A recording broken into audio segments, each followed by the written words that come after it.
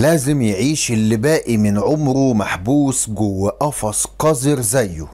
الجملة دي قالها سوباكارن كايوتشوت رئيس شرطة مدينة لوبوري على الكراو بعد ما قبضوا عليه، وده يبقى الزعيم في مدينة القرود واللي خرب الدنيا على الآخر هناك.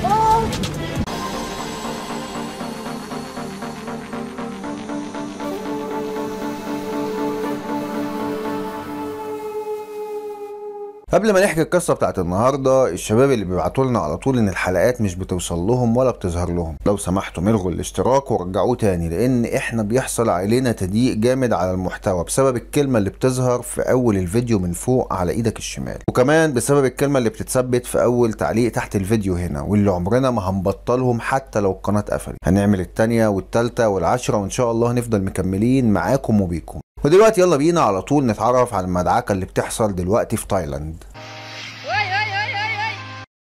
في أواخر شهر ديسمبر سنة 2019 وأوائل سنة 2020 بدأ وباء كورونا ينتشر ويضرب الكوكب كله ومفيش بلد سلمت منه. وقتها بقى بدأت تحصل حالة من الجنون للقرود في تايلاند، وبالتحديد في مدينة لوبوري أو مدينة القرود. المدينة دي بتبعد عن العاصمة بانكوك حوالي 100 ميل تقريبا، ودي مدينة سياحية جميلة ومشهورة بالقرود الحرة الطليقة اللي موجودة هناك في كل مكان، والسياح بيحبوا يجولهم من كل مكان في العالم علشان يأكلوهم ويتصوروا معاهم.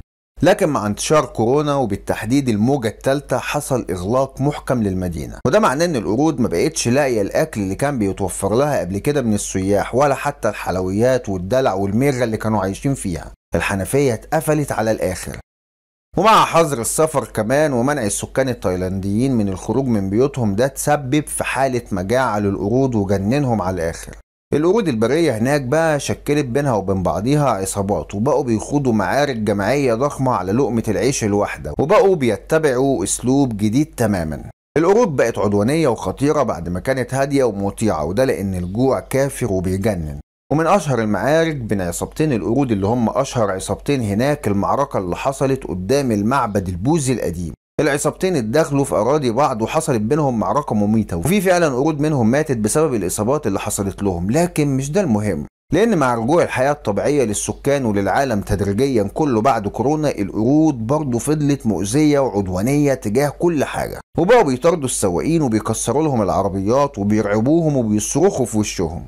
وبعدها حصلت مصارعة تانية بين العصابتين في طريق السكة الحديد، وقدرت عصابة تفوز على التانية. والكلام هنا بقى على عصابة الكراو، وده أذكى وأقوى وأخطر وأعنف قرد فيهم كلهم، حاجة كده خليط بين ماكولو على مستر تي على سكارفيس. الكراو دمج العصابتين كلهم في بعض ووحد القرود كلهم تحت حكمه، وقال لهم انا سيزر الحقيقي والمدينه دي بتاعتنا يا رجاله وهناخد كل حاجه فيها. ومن وقتها بقى والقرود بعد ما كانت مجنونه وعدوانيه بقت في الشلاحات على الاخر خالص، ودماغهم هربت منهم لدرجه انهم بقوا بيهاجموا السياح وبيسرقوا الاكل منهم والشنط كمان. والاخطر بقى انهم بقوا بيسرقوا الاطفال وبياكلوا صوابعهم.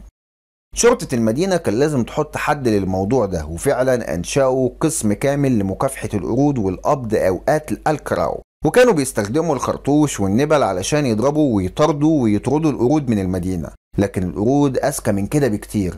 القرود فهمت الكمين اللي معمول عليها وبقت تفرق بين السياح وبين الشرطة، وبقوا بيتجنبوهم أو بيهاجموهم هم كمان بقى، بس بأعداد كبيرة. العركة دلوقتي ما بقتش القرود هتاكل ولا لا، ابسولوتلي، دي بقت عركة وصراع اقليمي ضد البشر على الارض والاكل اللي فيها من اجل البقاء على قيد الحياة. القرود بتهاجم البيوت وبيجبروا السكان المحليين انهم يهربوا من المباني وبيسيبوا لهم كل حاجة، حتى لما السكان بقوا بينظموا وبيعملوا مهرجان كبير وبيقدموا للقرود اكل، الكراو كان بيخلي القرود واتباعه ياكلوا ويخزنوا اكل في بقهم،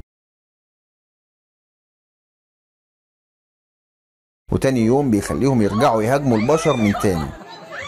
وهنا بقى كان لازم يكون في تدخل أكثر صرامة من الشرطة هناك علشان يستعيدوا السيطرة على المدينة بعد ما القرود بقت ند وخطر عليهم، وده خلاهم يحطوا أفخاخ وكماين في كل مكان تقريبا وأقفاص كبيرة علشان يقبضوا على أكبر عدد من القرود.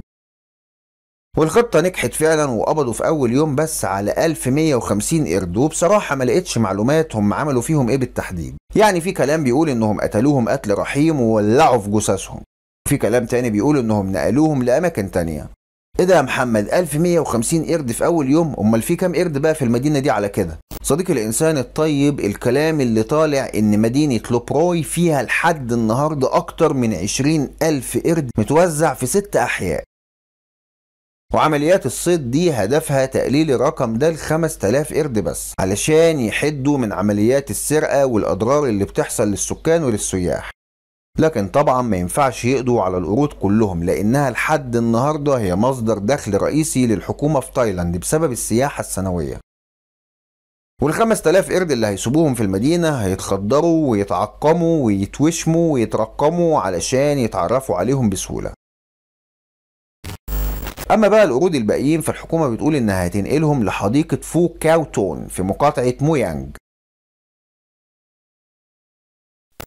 ومن شهر تقريبا بقى الشرطة التايلاندية دهمت معبد برانجو مسرح راما، واللي بيعتبروا موطن لأكتر من 2000 قرد. والعملية دي جابت نصر ونجاح عظيم، لأنهم قدروا يقبضوا على زعيم القرود الكراو وعاملوه معاملة المجرمين حرفيا. وأول جملة قالها رئيس شرطة المدينة سوباكارن كايتشوت إن الكراو لازم يقضي اللي باقي من عمره محبوس في قفص قذر زيه.